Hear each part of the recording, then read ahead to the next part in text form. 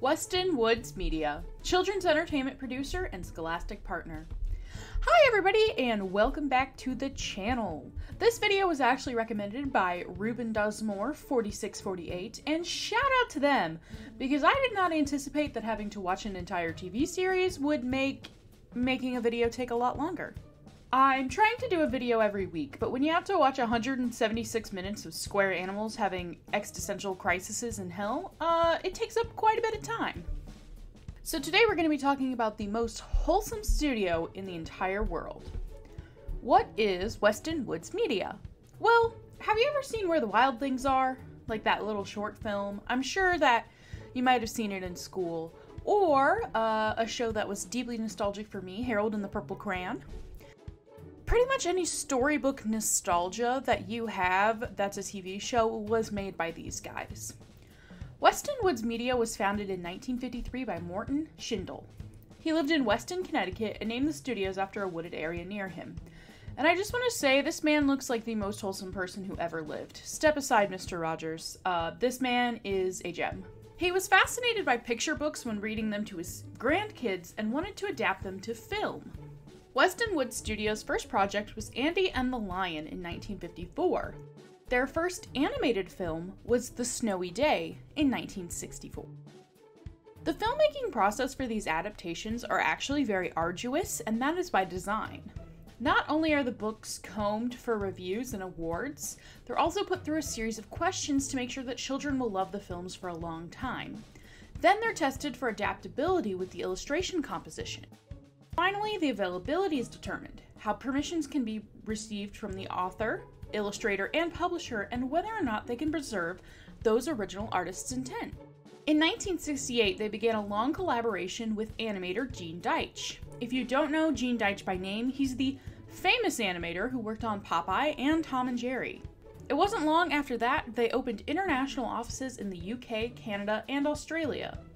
In addition to making the films, they also did interviews with the authors, illustrators, and the makers of the animation.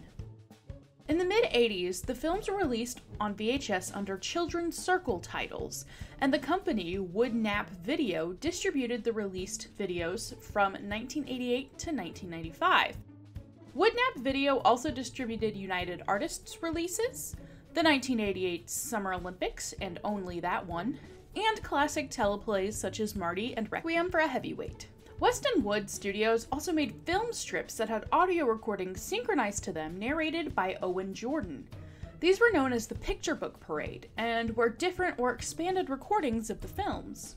In 1996, the Scholastic Corporation acquired Weston Woods Studios. Now they have a headquarters in Norwalk, Connecticut, and provide materials to more than 50,000 schools and libraries in the United States, and has distributors in more than 20 countries around the world. Weston Woods continues to create films, and actually has created several this year. Other series that you may have seen are The Night Before Christmas, Scaredy Squirrel, Don't Let the Pigeons Stay Up Late, The Gym Teacher from the Black Lagoon, How Do Dinosaurs Say Goodnight, one that I know very well, The Emperor's New Clothes, Corduroy, Madeline, and Make Way for Duck. Also, I want to shout out the channel Giuliano because they actually have uploaded a ton of Weston Woods Studio stuff to YouTube to make it accessible. These films have been featured on other programs, but most notably for me and probably you guys since you've seen my Cubo video, Sammy's Story Shop. There is also a small documentary about the animation process of Weston Woods Studios, which I will link below, also provided by Ruben. And that is the most wholesome studio of all time, ran by the most wholesome guys. Have you seen any Weston Wood book adaptations? Do you just love them? Because you should, because they're dreamy and magical and amazing, and Harold and the Purple Crayon was like such a great thing to watch. But yeah. So I want to hear your thoughts down below. If you have more obscure studios for me to research, please let me know because this was fun and also the most wholesome video I've ever made.